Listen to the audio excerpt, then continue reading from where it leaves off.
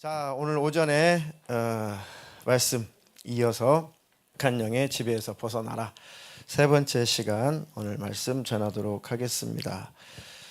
오후에는 마가복음 8장 31절로 34절 대독하겠습니다.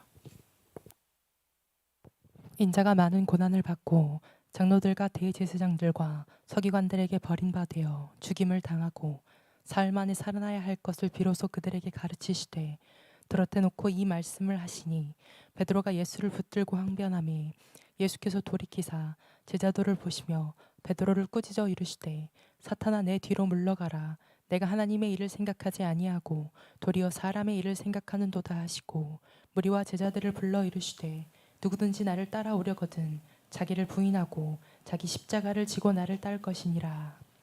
아멘. 아멘. 아멘. 네. 본문에 예수님께서 제자들에게 이렇게 말씀하셨습니다. 사람들이 나를 누구라고 하더냐?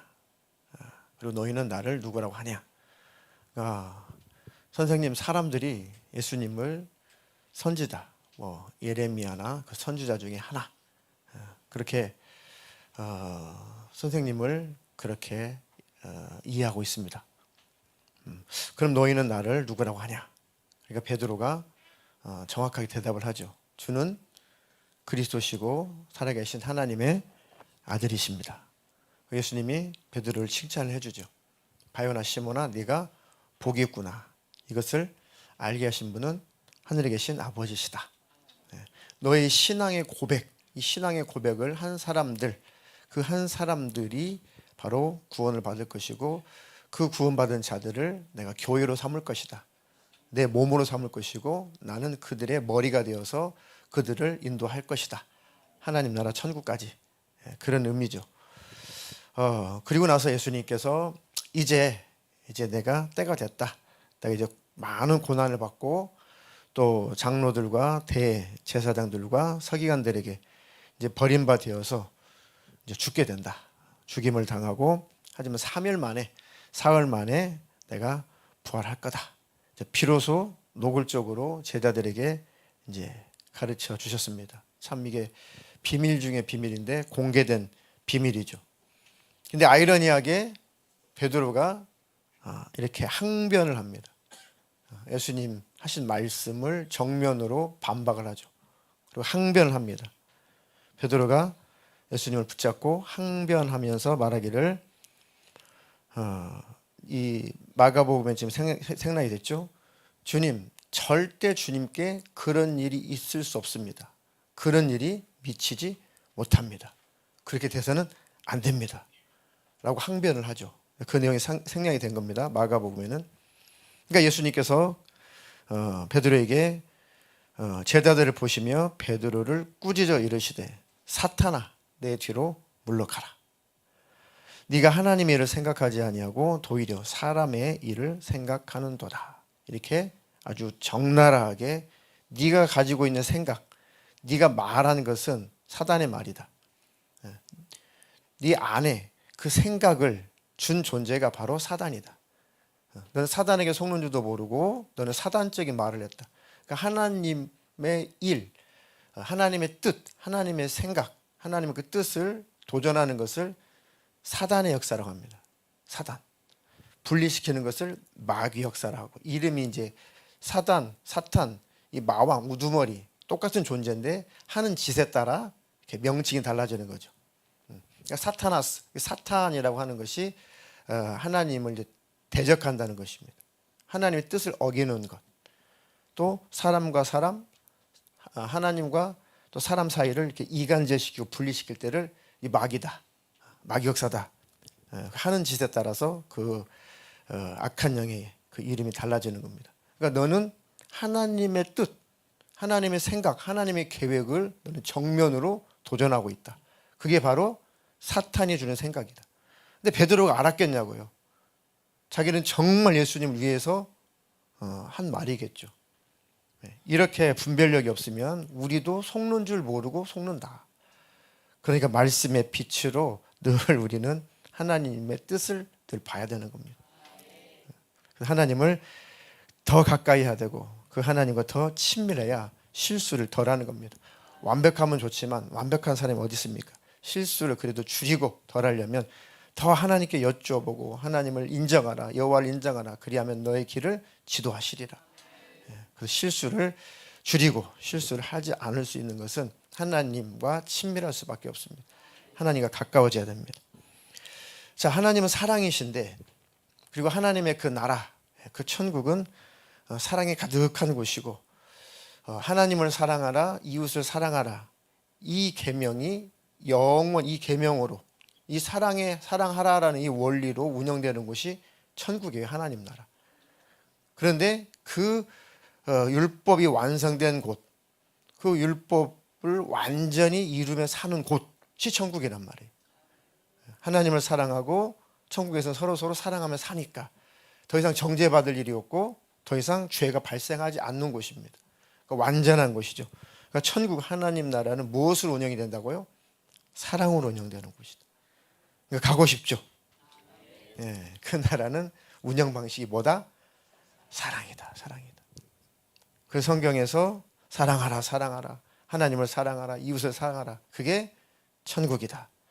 그게 바로 하나님이 다스리시는 방식이다. 하나님을 사랑하고 이웃을 사랑할 그런 용의가 있는 사람, 그런 의향이 있는 사람들만 천국 가는 겁니다. 하나님을 도전할 그런 마음 있는 사람은 천국 못 들어옵니다. 천국 가서 싸우고 다투고 막 미워하고 시기질투하고 이 집 저 집 돌아다니면서 다 이건 내 거야, 내게 여기 있어 막 이러면서 니까지 이게 무슨 멸관이야, 이렇게 시기하고 질투하면 천국이 아니겠죠.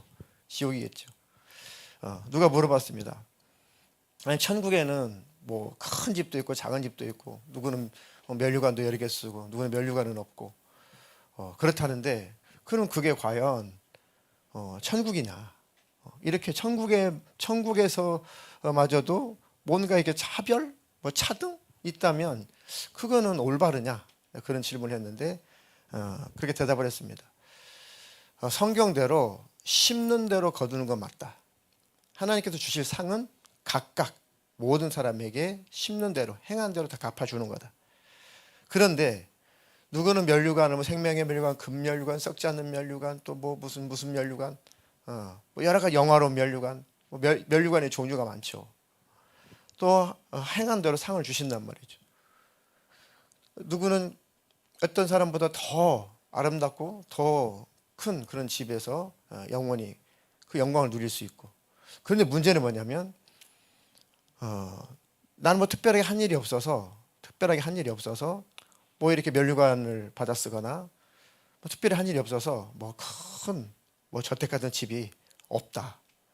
그런데 천국에 들어가면 와, 정말 하나님께 순종하고 하나님 뜻을 이루고 하나님에 동역해서 이렇게 아름다운 면류관을 하나님께 받으시고 이 아름다운 집을 하나님께 선물로 받았으니 축하합니다.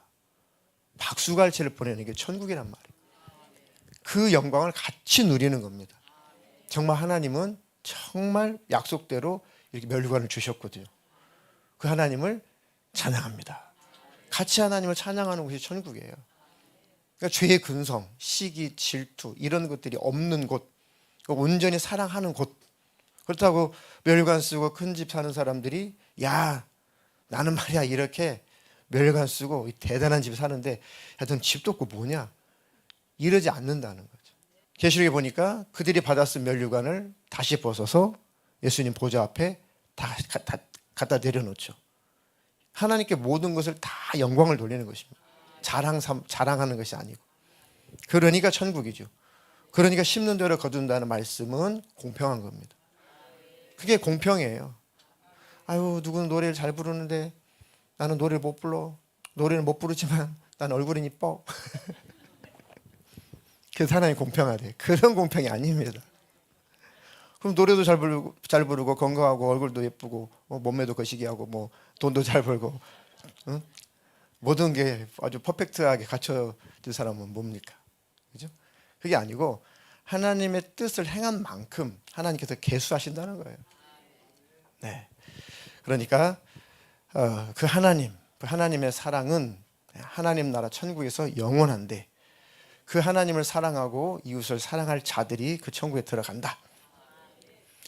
그렇게 아름다운 천국, 그 좋은 천국을 하나님께서 우리에게 선물로 우리에게 주시려고 하시는 그 하나님이 그럼 지옥은 왜 만들었냐는 거지.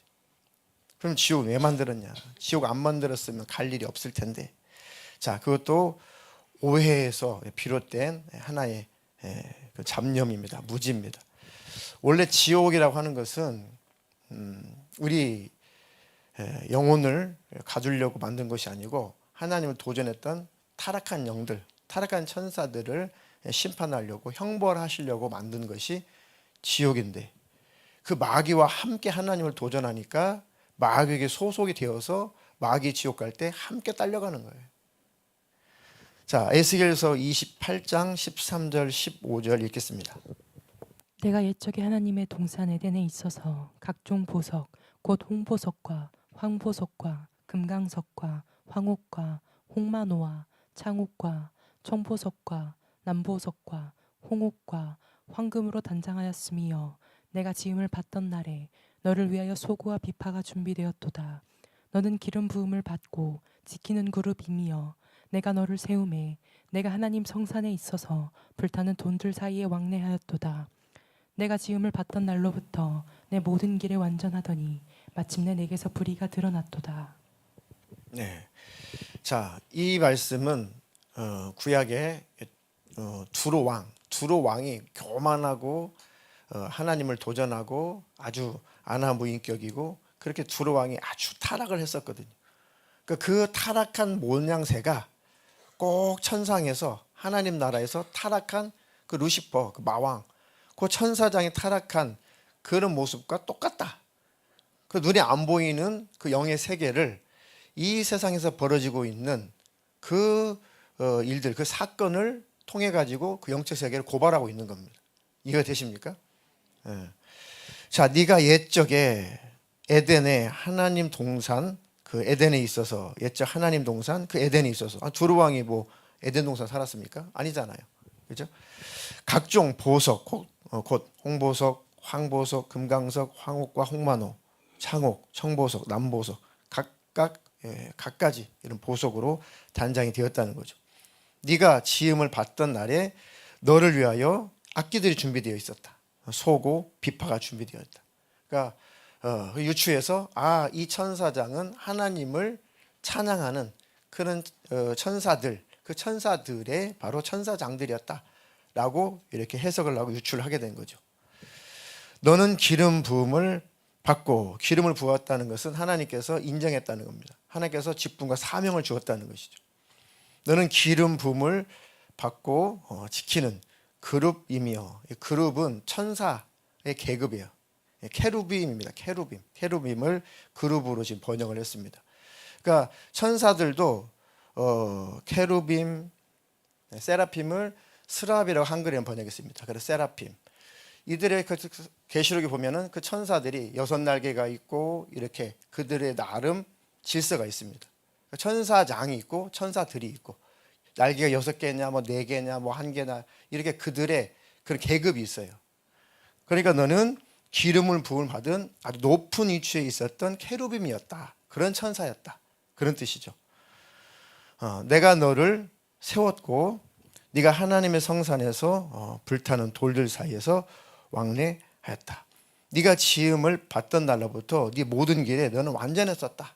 하나님이 찬양을 하는 일에 천사들과 함께 찬양을 하는 일에 그 직분을 주셔서 기름을 부어서 그 일에 하나님이 썼을 때 너는 완전하게 그 직분을 잘 수행을 했고 질서를 잘 지켰다. 그런데 마침내 네가 네 안에서 불의가 드러났구나. 이게 타락한 거예요. 교만을 떤 겁니다. 욕심을 부린 거죠. 욕심 나는 거죠. 야, 이 엄청난 영적인 세계, 그리고 이 엄청난 영광스러운 찬양, 저 영광스러운 보좌, 저 왕자, 저 하나님의 자리, 저 빛난 자리. 그게 이제 욕심을 부리고 자기가 그곳에서 영광을 받고 싶었던 거죠. 그게 바로 처음 죄가 시작된 이 천사가 처음에 천사장에 타락했던 바로 그 사건을 묘사하고 있는 거죠. 자, 그걸 이사야는 또 이렇게 표현을 했습니다. 이제 바벨론 왕이 타락한 모습을 보고 또 이 루시퍼가 타락한 그 모습을 또 고발하는 게 이사야서 14장부터 14장 12절로 14절입니다. 읽겠습니다. 너 아침의 아들 계명성이여 어찌 그리 하늘에서 떨어졌으며 너 열국을 엎은 자여 어찌 그리 땅에 찍혔는고 내가 내 마음에 이르기를 내가 하늘에 올라 하나님의 묵별 위에 내 자리를 높이리라 내가 북극 지폐의 산 위에 앉으리라 가장 높은 구름에 올라가 지극히 높은 자와 같아지리라 하는도다. 그러나 이제 내가 수올 곧 구덩이 맨 밑에 떨어짐을 당하리로다. 네, 너 아침의 아들 계명성이여 새벽별이라는 뜻이죠. 빛나는 천사. 어찌 그리 하늘에서 떨어졌으며 너 열국을 엎은 자여 어찌 그리 땅에 찍혔는고. 이 바벨론 왕의 타락한 모습을 보고 타락한 천사를 지금 고발하고 있는 거죠. 네가 네 마음에 이르기를 내가 하늘에 올라 하나님 묵별 위에 내 자리를 높이리라. 내가 북극 지폐 산 위에 앉으리라. 가장 높은 구름 위에 올라가 지극히 높은 자와 같아지리라. 그러나 이제 네가 수월, 지옥이죠. 또는 이 우주를 말합니다. 수월, 곧 구덩이 맨 밑에 무저갱 그 곳에 떨어짐을 당하리로다. 그래서 타락한 이 천사와 그에 동조했던 천사들을 다 하나님께서 흑암에다가 이 우주에다가 싹 다 쫓아낸 겁니다. 그러니까 이 우주라고 하는 것은 타락한 영들, 타락한 천사들의 유치장 같은 곳이죠. 근데 이것들이 계속 우리를 유혹하고 미혹하고 우리를 시험에 들게 만들고 또 우리를 우울하게 만들고 또 하나님을 떠나게 만들고 교만하게 만들고 갖가지 여러 가지 모양으로 우리를 괴롭히고 하나님과 관계를 끊어놓으려고 한다. 그러니까 죄의 종류만큼이나 이 악한 영들이 하는 짓도 그만큼 많다. 근데 그 숫자는 성경에 다 나오지 않았지만 수를 헤아릴 수 없는 숫자. 엄청난 숫자죠. 어떤 사람은 계시록에 있는 말씀을 가지고 뭐 별들 중에 3분의 그 1이 쏟아졌다. 그 구절을 인용해 가지고 아마 천사들 중에 3분의 1이 타락하지 않았나 유추를 해보는데 어쨌든 성경에 보면은 아주 무수한 수를 헤아릴 수 없는 어마어마한 그런 천사들이 함께 그 루시퍼의 그 하나님을 도전하는 일에 그 일에 도전을 같이 했고 함께 쫓겨난 겁니다. 이것들이 악한 영들 또 귀신들 그렇게 우리가 지금 부르고 있는 그 영들입니다. 그거 바로 그것들을 가두고 그것들을 형벌하려고 만든 곳이 바로 지옥이다. 그 근거가 마태복음 25장 41절에 있습니다. 또 왼편에 있는 자들에게 이르시되 저주를 받은 자들아 나를 떠나 마귀와 그 사자들을 위하여 예비된 영원한 불에 들어가라. 네. 자, 마귀와 사자들을 위해서 예비된 영영한 불인데, 영영한 지옥불인데, 그 마귀에게 속하여서 너희들도 저주를 받고 지옥 가게 됐구나 그런 것이죠.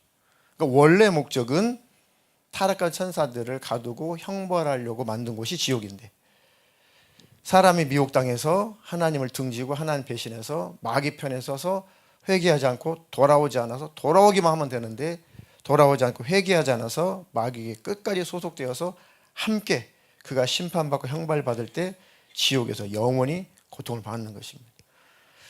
우리는 거기에서 나온 사람들이고 예수님으로 말미암아 우리는 나온 사람들. 그러니까 결국 이 악한 영들, 이 마귀를 의시해서 그 쫄개들, 이 귀신들, 악한 영들은 이미 예수님이 부활하시면서 다 권세가 파괴되고 실패한 영들이다. 이미 이것들은 패배한 영들입니다. 근데 지금 형벌의 장소로 그 무저갱으로 불구덩이로 하나님께서 던지지 않았기 때문에 아직은 이것들이 능력을 가지고 활동하고 있는 것뿐이에요. 그러니까 예수님의 그 이름의 권세로 이것들은 절대로 그 이름의 권세를 이길 수 없습니다. 그런데 문제는 뭐냐? 아직은 활동할 수 있는 기회가 있어서 활동하는 거예요. 근데 예수님 오시면 활동하는 시간이 끝납니다. 그때 이것들은 영원한 형벌의 장소로 들어갈 겁니다. 우주도 사라질 거고 이들은 다 그 불구덩이로 다 들어갈 겁니다. 그때 예수님 오실 때 예수님께 속한 사람은 다 천국에 있을 것이고 예수님께 속하지 못한 사람은 그때 마귀, 사단, 악한 영들, 귀신들 다 지옥으로 쏟아질 때 함께 그곳으로 가는 겁니다. 어쨌든 이 마귀라는 놈은, 악한 영들은 실패한 영들이다. 우리가 경계를 하되 두려워할 일은 아니다. 예수님 안에 있으면 두려워할 것은 하나도 없다. 단지 이 못된 것들이 개괴를 부리고 우리 속이니까 속지는 말자는 거예요. 베드로후서 2장 4절로 8절까지만 읽겠습니다. 하나님이 범죄한 천사들을 용서하지 아니하시고 지옥에 던져 어두운 구덩이에 두어 심판 때까지 지키게 하셨으며 옛 세상을 용서하지 아니하시고 오직 의를 전파하는 노아와 그 7 식구를 보존하시고 경건하지 아니한 자들을 세상에 홍수를 내리셨으며 소돔과 고모라 성을 멸망하기로 정하여 재가 되게 하사 후세에 경건하지 아니할 자들에게 본을 삼으셨으며 무법한 자들의 음란한 행실로 말미암아 고통당하는 의로운 롯을 건지셨으니 이는 이 의인이 그들 중에 거하여 날마다 저 불법한 행실을 보고 들으므로 그 의로운 심령이 상함이라. 네, 이미 실패한 영들은 이제 심판 때까지 이제 이 우주에, 이 구덩이에 갇혀 있다. 이것들은 실패했고 형벌만 남아 있다. 그런데 문제는 옛 세상을 용서하지 아니하고 오직 의를 전파하는 노아와 그 7 식구를 보존하시고 경건하지 아니한 자들의 세상에 홍수를 내리셨다. 그러니까 노아는 하나님 편에 속해서 구원을 받은 것이고 하나님 편에 속하지 않은 자들은 홍수 때 멸망을 당했다. 자, 소돔과 고모라 사건도 마찬가지다. 그 성을 이미 멸하기로 하나님은 정하셨고 죄가 되게 하려고 했다. 그 후세에 경건하지 아니하는 자들에게 본을 삼으셨다. 아, 이렇게 하나님을 도전하면 이렇게 되는 거구나. 하나님께 속하지 않으면 이렇게 망하는구나 라고 지금 우리에게 경계로 기록을 하셨다는 거죠. 자, 무법한 자들의 음란한 행실로 말미암아 고통당하는 의로운 롯, 성적으로 타락한 그곳에서 롯이 늘 마음이 상처를 입는 거죠. 그리고 롯도 그 마음이 자꾸 유혹을 당하니까 하나님께서 그 롯을 더 이상 망치지 않도록 건져내신 겁니다. 자, 이는 이 의인이 그들 중에 거하며 날마다 저 불법한 행실을 보고 들음으로 그 의로운 심령이 상합니다. 그러니까 자꾸 유혹을 받고 또 마음도 너무 상하고 그러니까 그래도 회개하고 그 거룩 구별된 삶을 살아보려고 했던 그 롯을 그나마 하나님이 긍휼히 여기셔서 건져내셨는데 그것도 그 삼촌 아브라함이 간절히 중보기도를 해서 그나마 건져준 거죠. 롯이 대단해서가 아니라 기회를 주신 겁니다. 근데 얼마나 성적으로 타락을 했든지 나중에 두 딸과 관계를 해서 자식을 낳아서 그 조상 그 자손들을 내죠. 그 모압, 암몬 자손. 나중에 거의 다 하나님께서 다 쓸어버립니다. 자, 그 끝이 비참하죠. 자, 이 모든 것들 하나 기록하신 것은 하나님은 사랑이신데 이 악한 자에게 속해서 하나님을 도전하는 자 그리고 회개치 않는 자는 분리되는구나 하나님과. 그리고 하나님과 끊어진 자 돌아오지 않는 자는 형벌을 받는 거구나. 그걸 우리에게 가르쳐 주고 계시는 거죠. 자, 요한계시록 20장 7절 10절도 읽겠습니다. 천년이 참에 사탄이 그 옥에서 놓여 나와서 땅의 사방 백성 곧 곡과 마곡을 미혹하고 모아 싸움을 붙이리니 그 수가 바다의 모래 같으리라. 그들이 지변에 널리 펴져 성도들의 진과 사랑하는 성을 두루매 하늘에서 불이 내려와 그들을 태워버리고 또 그들을 미혹하는 마귀가 불과 유황못에 던져지니 거기는 그 짐승과 거짓 선지자도 있어 세세토록 밤낮 괴로움을 받으리라. 아멘.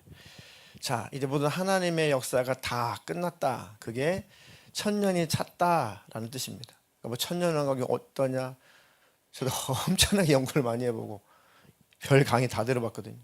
뭐 천년왕국 끝난 다음에 예수님 오신다, 천년왕국 전에 예수님 오신다, 뭐 어떤 중간에 오신다, 아주 별의별 학설들이 엄청 많은데 나중에 쭉 전체적으로 성경을 다 고루고루 이렇게 보니까 이 천년이라고 하는 것이 실수가 아니구나. 실제 천년, 딱 천년 그런 의미가 아니구나. 이게 완전수였구나.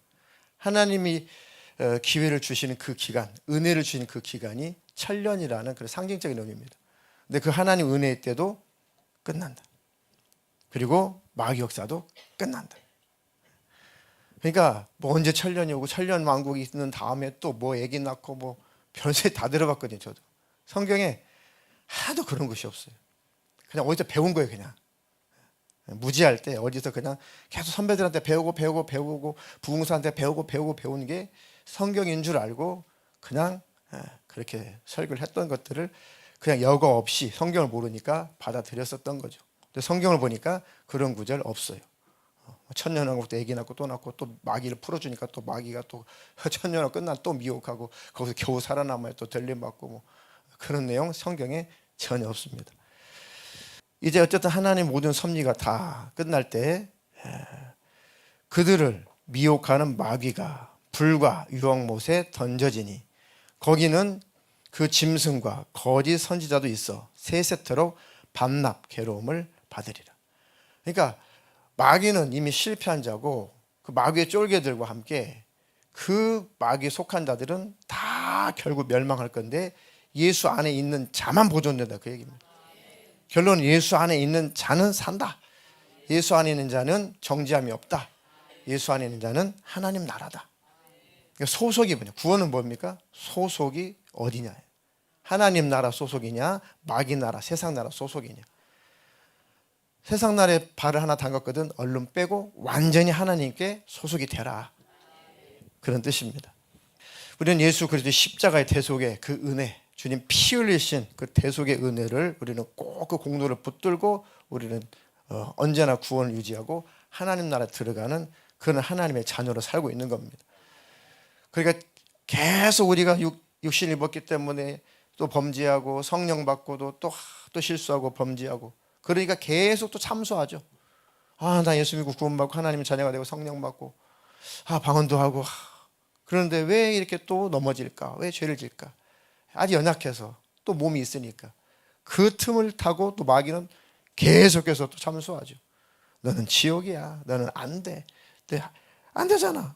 또 지난번에 안 되고 또 안 한다고 또 했잖아. 하면서 계속 참소해서 완전히 우울하게 만들어.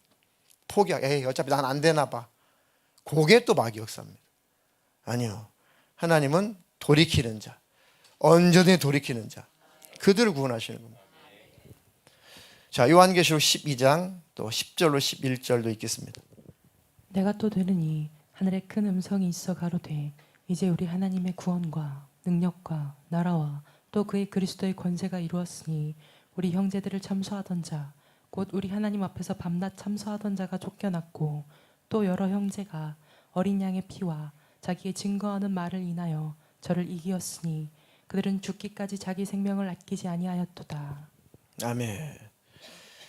우리 형제들을 참수하던 자, 곧 우리 하나님 앞에서 밤낮 참수하던 자가 쫓겨났고 또 여러 형제가 어린 양의 피와 자기의 증거하는 말을 인하여 마귀를 악한 영들을 이겼다.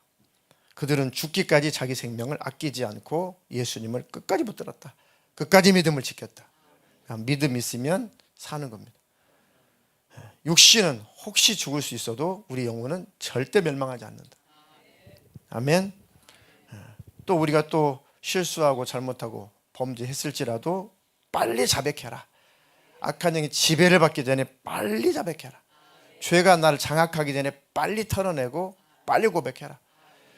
회개하면 죄에서 벗어나고 마귀에게서 바로 벗어납니다.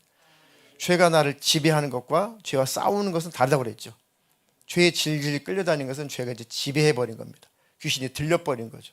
그래서 싸우는 것은 들림의 수준 아닙니다. 계속 그것들은 들어오려고 계속 우리를 유혹하고 공격하는 거죠. 포기하라. 너는 안 돼. 자포자기 내가 너 접수해서 너는 못 끊어. 완전히 우리 생각을 죽여서 우리를 죄로 끌고 다니려고 자꾸 우리를 참수하는 겁니다. 근데 회개한 자는 죄에서도 벗어나고 마귀의 참수에서 벗어나고 더더욱더 마귀는 지배할 수도 없습니다. 디모데후서 2장 25절 26절 읽겠습니다. 거역하는 자를 오유함으로 징계할지니 혹 하나님이 저희에게 회개함을 주사 진리를 알게 하실까 하며 저희로 깨어 마귀의 올무에서 벗어나 하나님께 사로잡힌 바 되어 그 뜻을 쫓게 하실까 함이라. 네, 거역하는 자를 온유함으로 징계할지니 혹 하나님이 저희에게 회개함을 주사 진리를 알게 하실까 하며 저희로 깨어 마귀의 올무에서 벗어나 하나님께 사로잡힌 바 되어 그 뜻을 쫓게 하실까 함이라. 그러니까 권면하고 또 온유한 마음으로 징계하고 또 책망도 하고 꾸짖고 하나님 말씀으로 또 회개를 촉구하고 이렇게 하면, 듣고 깨달아서 회개하면 벗어난 자들이 있다. 이해되십니까? 그러니까 하나님을 거역하는 자, 하나님의 뜻을 반하는 자를 온유함으로 징계를 해라. 그러면 하나님께서 회개함을 주사 또 진리를 혹시 그거 깨달을까? 그런 마귀의 올무에서 벗어나고 이제는 다시 하나님 손에 붙들리기도 한다. 그러니까 하나님 말씀이 때로 우리를 회개할 수 있도록 우리에게 힘을 주고 능력을 주는 겁니다. 이해가 되십니까? 또 하나님의 또 어떤 징계, 하나님의 채찍질이 가해질지라도 그것을 통해서 깨닫고 회개한다면 내 영혼은 복인 것이죠. 그러니까 하나님은 사랑이시구나. 정말 하나님은 내 영혼이 멸망하지 않기를 원하시는구나. 그 하나님을 신뢰하게 되면 절대 영적인 그 우울이 우리를 절대 지배할 수 없습니다. 사단이, 약한 영이 절대 우리를 장악할 수 없습니다. 마음이 복음으로 충만하지 않으면, 하나님의 은혜로 충만하지 않으면 이 영적인 우울이 막 찾아옵니다. 그 전에 구원이 뭔지 잘 정립이 안 됐을 때, 올바른 신앙이 잘 정립이 안 됐을 때 너무 힘이 든 거예요. 천국을 막 소망하며, 처음에 예수 믿을 때 천국을 소망하고, 예수님 다시 오신대, 정신 차려야지, 예수님이 피 흘려 죽기가 나를 살리셨대, 나를 구원하셨대. 그 예수님을 오롯이 바라보고 완벽한 삶을 살았다는 것이 아니라 마음에 예수님을 꼭 끌어안고 행복하게 살았었거든요, 처음에 예수 믿을 때. 근데 어느새 그런 평강이 다 소멸되고 사라져 있는 겁니다. 두려움만 남아있는 거예요.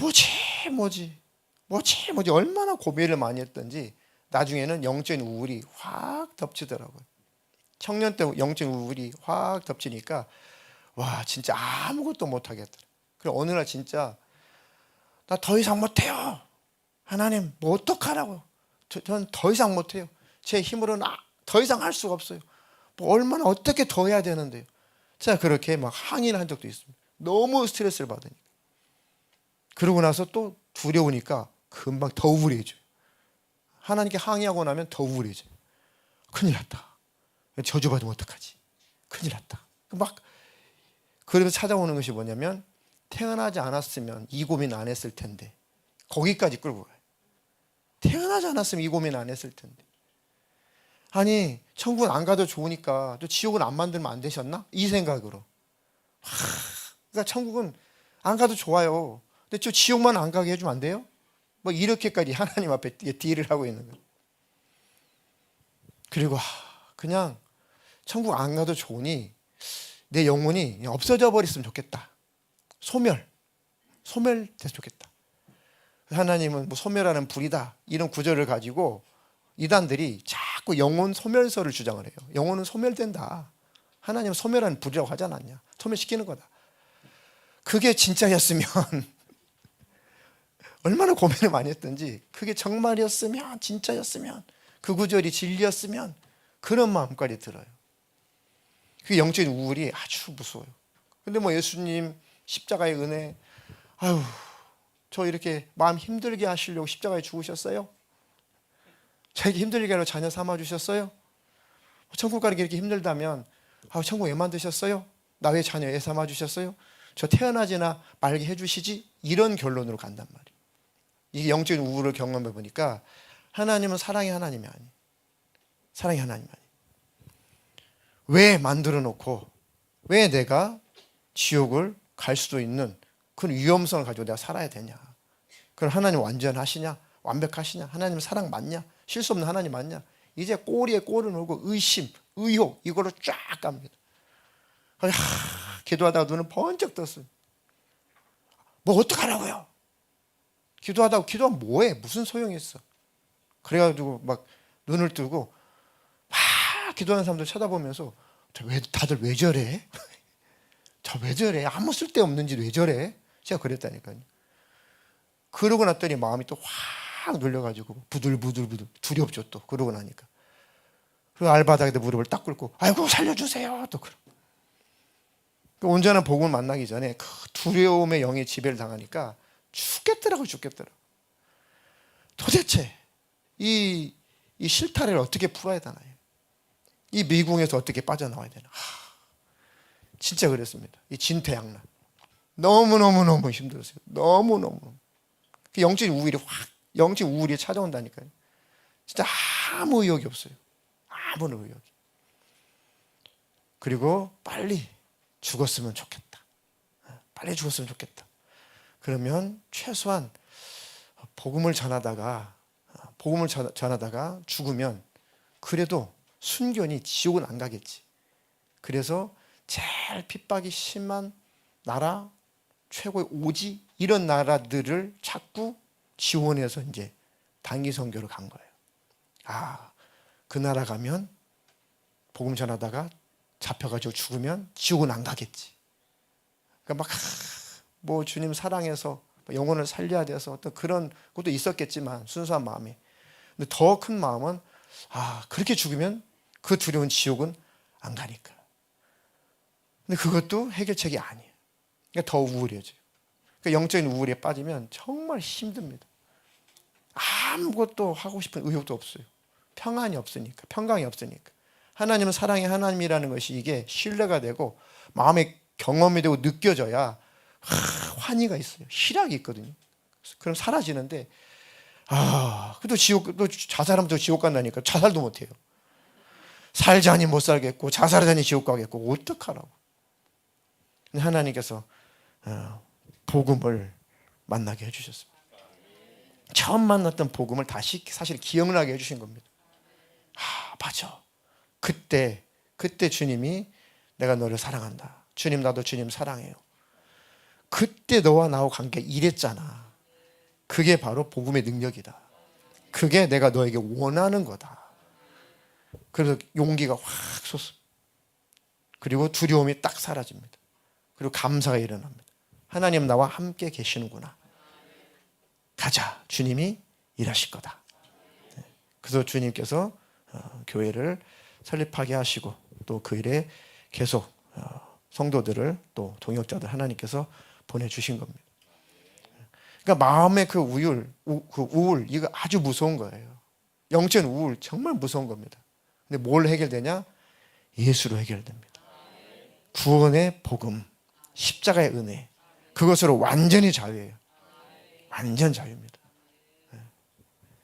그래서 아내도 우리 아이들도 너무너무 좋대요. 너무너무 행복하대요. 너무너무. 그 행복을 누리도록 하나님께서 우리를 불러주셨는데 그걸 누리지 못하게 하는 것이 마귀 역사다.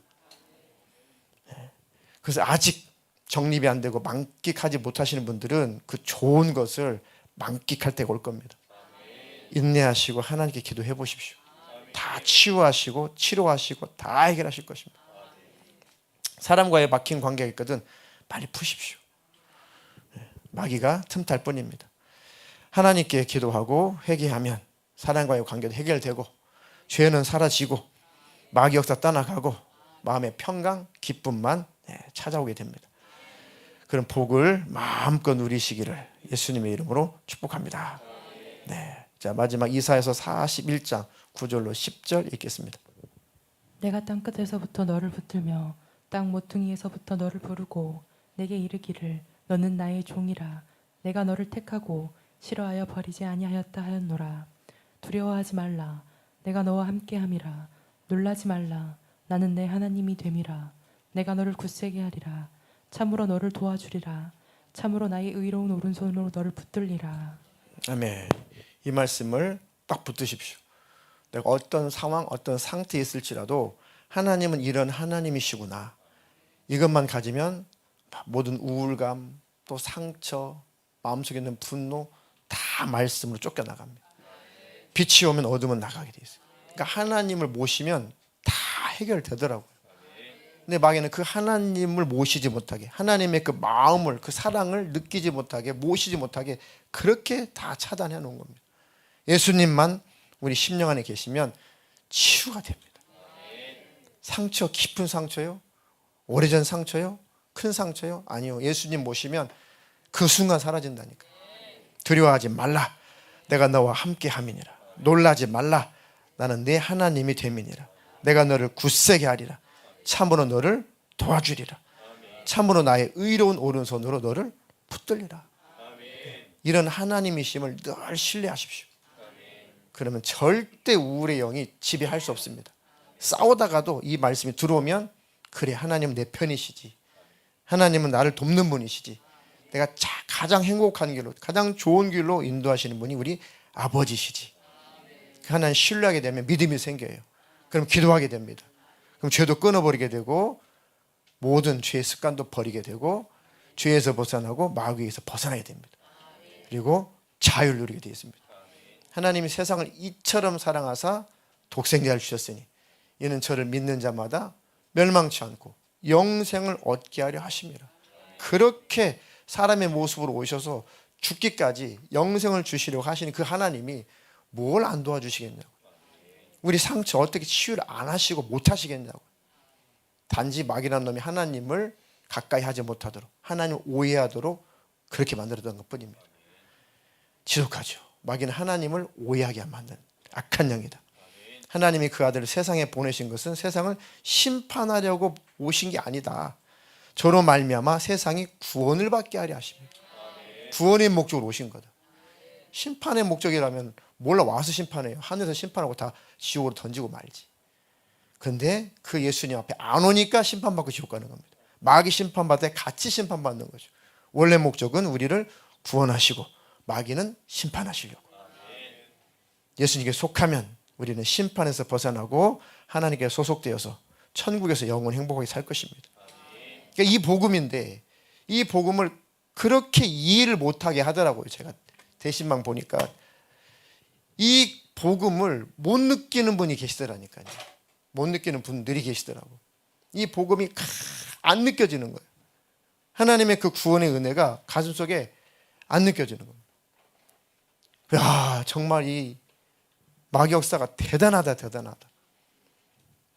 성경 구절은 외워도 그 기록된 그 말씀하신 그 하나님의 그 마음이 가슴속에 느껴지지 않는, 혼미케 하는 영. 욕의 원수구나.